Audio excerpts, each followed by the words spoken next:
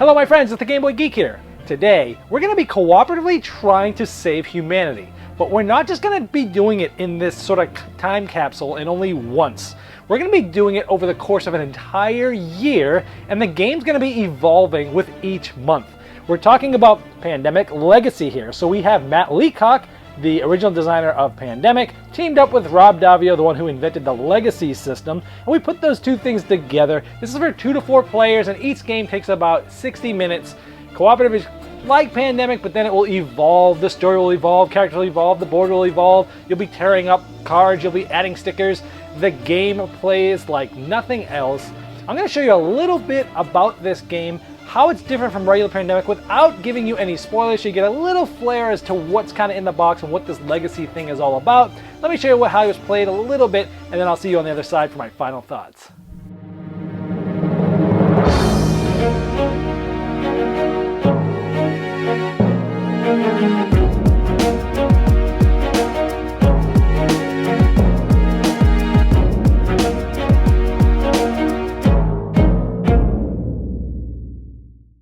Now the game is still played very much like Pandemic, at least at the very beginning, and throughout the game it's still generally like Pandemic. For example, it has, you're doing 4 actions, then you're drawing 2 player cards, and then you're resolving any epidemics, then discarding down to 7 cards, and you're doing the infect stuff, just like normal Pandemic. So like the normal board, this is the actual Legacy board. I'm not going to show you a whole lot of it, but here, like for example, when you draw a player card, there'll be some cities, just like the normal game of Pandemic, and sometimes there'll be some epidemic, just like normal Pandemic.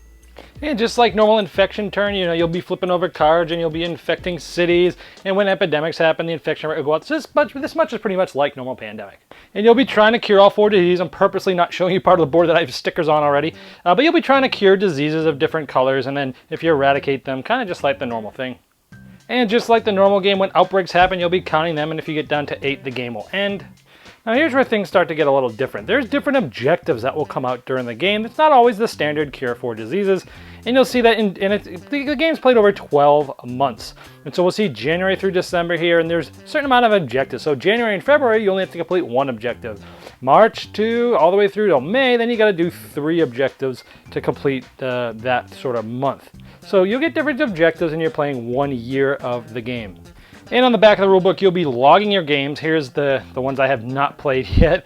And it basically has an early or late. So you'll play 1 round of a certain month. And if you win, you'll go to the next month. But if you lose, you'll go to the late part of that month and you'll play that month again. If you happen to lose a second time, you'll still just travel on. So you're only going to play each month 2 times. So the maximum amount of plays you'll have in this game are 24. The minimum is 12, but it's probably going to be somewhere, around 18-ish or something around that for the whole entire game. And you write down your notes of who it was, who won, and how much help you might be getting. Now the board itself does have spots where every city will have a place where you'll be putting stickers on the board at some point, possibly. Not every city might get them, but most of them will probably get them at some point during the game. I'm not really going to tell you what these stickers do, but just know that cities will change as the game goes on. Now at the beginning of the game, there's this top secret folder that you'll get. Don't worry, no spoilers coming here. There's a bunch of these sheets, and what happens is over the course of the game, there'll be certain spots where the game will have you do things and have you rip off things. So for example, if it told me to open the door F, like an advent calendar, I would rip this open. There'd be something underneath, maybe telling me what to do, maybe something to it, maybe a sticker, who knows. But here's some that I've ripped off on this one with no spoilers. Some of them will have things written in the boxes, but I'm purposely showing you one that didn't. And so we have things there, and that's how secret things will sort of happen over the time. And there's a lot of these going on in the game. Now inside the game box, there's 8 of these boxes that come sealed. And over the course of the game, some of those things that I should just showed you that we open will tell you to open some of these boxes. And these boxes will do all sorts of different cool things. This is actually the coolest part of the game, is when you get to open one of these boxes and see what's inside and see how the game changes. Now here is the Legacy deck. This is the deck that will change the game in certain time over the course of the game. For example, there's a stop sign, and this said draw this card and read the other side just before you set up your first game. So you would do that, you'd read the back, and then sometimes it would say, hey, keep drawing cards. And there'd be things on the back of this card, and then maybe there'd be some other stop signs. And this basically tells you when to draw a new card, and then on the back it will tell you to do some certain things that may change the game. And here is a big sticker book. I have it upside down on purpose. I do not want to show you what's on these stickers, but this whole book is stickers that will end up being possibly on the board at the time and just showing you little bits of pieces without giving you too much information. And you'll get characters during the game. A lot of them you'll start with, the normal ones that you'll see in Pandemic, and they have this pretty much the same special abilities that they normally would. But as you can see, over the course of time, your character will change in the game. For example, there'll be certain stickers and things that you'll be able to put on here as upgrades, or sometimes they'll get hurt, sometimes they might get a relationship with another character. And again, these are not spoilers. These are things you could find out even right off of certain interviews with the designers and such. But I'm not going to show you any of these things, just showing you that there is different things that happen with the characters, the cities, the plot, the objectives. All of that will change for the game, and that's pretty much all I'm going to be able to show you with Pandemic Legacy and how it's played.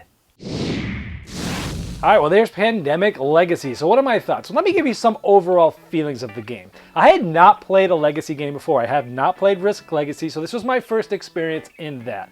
I'm very familiar with Pandemic. It made my top 20 games of all time when I did my top 100 list last year. So I wasn't sure exactly what I was getting into, but I knew I was probably going to like it because of the pandemic aspect, but I wasn't sure if the Legacy style would sort of fit me in that regard. So what I could say is that when I was a kid, we had those advent calendars, and each day of Christmas we would open up one little spot, and it was always so fun to see what was going to be in that thing. And for me, the coolest part about this game is when you get to the spot in a game where you flip over one of those legacy cards, and it says, oh, go take off square M and 26 and 3.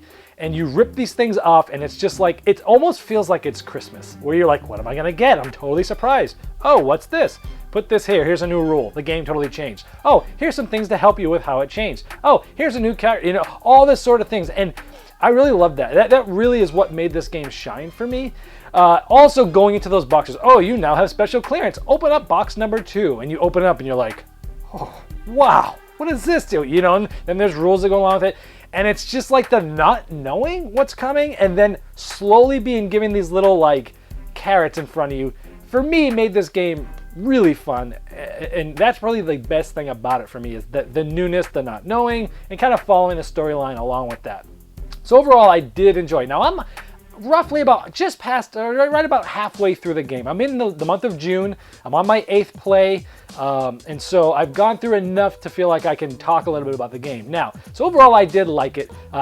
For me, it was, the way I can explain this is like, it's as if you play Pandemic, and then after each game a little bit, it's almost like you take a bunch of modules from all these expansions that have not been out yet, and you just add a little module here, add a little module here. Sometimes it's halfway through a game, add another module here, and the complexity starts to get more and more and more and more, and the game takes different directions, and it's like you're adding these little mini modules each game or half game that gives you more layers of complexity and depth and decisions and coolness, right? So that's the way I can explain that's what it feels like. Now, of course, this is a consumable game. Once you play it, I mean, you're going to be done. You cannot play this game again once you've played through it all. Is that okay for you? A lot of people are going to have trouble with that. Value-wise, it makes a great value proposition where it's, if you and 3 other buddies, this is one of those times that you and 3 other buddies could literally fork over about $60, $15 a person, and play it and then be done. And I think that will give you, even if you're going to play about 18 games, is probably on average how long it's going to take you. I think that's money well spent. That comes down to about 80 cents per play per player. That's a really good value. Now, let me talk to 4 different groups of people. Someone who has not yet played Pandemic ever. Now, you can play Pandemic in this game, just don't open up any legacy stuff, and you can get your feet wet with Pandemic. So you could play this if you've never played it before, but just realize once the game's done, it's going to be blown to bits, right? And I would recommend if you do that, play Pandemic a good at least 4 or 5 times without opening the legacy. It's going to be impossible to do that, by the way, because you're going to be wanting to get to the good, cool stuff. But you could play that. So if you've never played it before, you could fork out the money, but realize it's going to be a one-time experience afterwards. If you really still like it, you can go back and get the regular Pandemic after that. If you did not like Pandemic at all before, so maybe you just didn't like the cooperative aspect of it, maybe you didn't like something about it, and maybe you just hate co-ops, or maybe for some reason you just didn't like the way Pandemic felt, I don't think that you're going to like it with this game. However, if you and 3 other friends wanted to fork over $15 a piece, is it worth $15 if you've never played a legacy game before, like I hadn't before this, and you want to get the flavor of what this feels like to see if future games might be things that you're even interested in? that might be worth the $15 because A, if you didn't really like Pandemic, maybe you'll like this one, or at least it will give you the experience of, hey, this is what Legacy feels like. So that would be like a judgment call on you. If you like Pandemic or love Pandemic, it's a no-brainer. You're gonna really like this game. You're gonna love it. It's gonna be awesome. So that's kind of a no-brainer thing. If you already really like Pandemic, get some buddies, chip in each other, get the game, and you'll have a great ride with it. For those of you that played Pandemic, I have a few in my group that are this way that are like, yeah, it's good, it's okay, I like it. It's not the best game ever, but I'm not, some people like it's overrated. I don't think it's that great, but it was okay. It's a fine game. I'd play it, once in a while. If you're like that, I think those are the people that this game's really also going to shine with, along with the people that obviously already love it, because this might take that, it's okay, to the point where it's like, oh my gosh, that was awesome. It evolved. It turned to feel like a different game. And so if you're like on the fence of, yeah, I kind of like it, this also might be something you want to try. So those are sort of the 4 groups. You probably fall in one of those 4 and how I feel about that. Overall, it was a really good experience. I think the value is absolutely there. It was a good first pass for me on Legacy systems. In the future, I'm not sure if I'm totally sold in. It's a great experience, but for my play style and my group style, you really kind of have to play this with the same group all the way through the game, and that's kind of hard to have with my group because I've always got different people coming in and out. And so for me personally, I'm not sure if the Legacy is great for my group and my gaming style where I'm always getting to new games, but if you're the type of person that wants to play through the scenarios, and that's the other thing is, when you finish a game, it's almost like you don't want to stop. These are one of those things where you'll play this game and you might go way longer than you expected by playing game after game, because you get to the end and you find out what's happening next month before it, and it's like, well, we can't stop now, we got to keep going, and this will keep going. So that feeling is there too, where it makes you not want to stop playing the game, which is cool. Overall, really good game. I mean, a lot of people are saying such high praises, like the best game they've ever played, best game of the year. It is a fantastic design. It is obviously play tested to death. It obviously has amazing components that kind of roll you in on a story. You can tell, obviously, the right people were on this for the right amount of time, and it's an amazing design feat.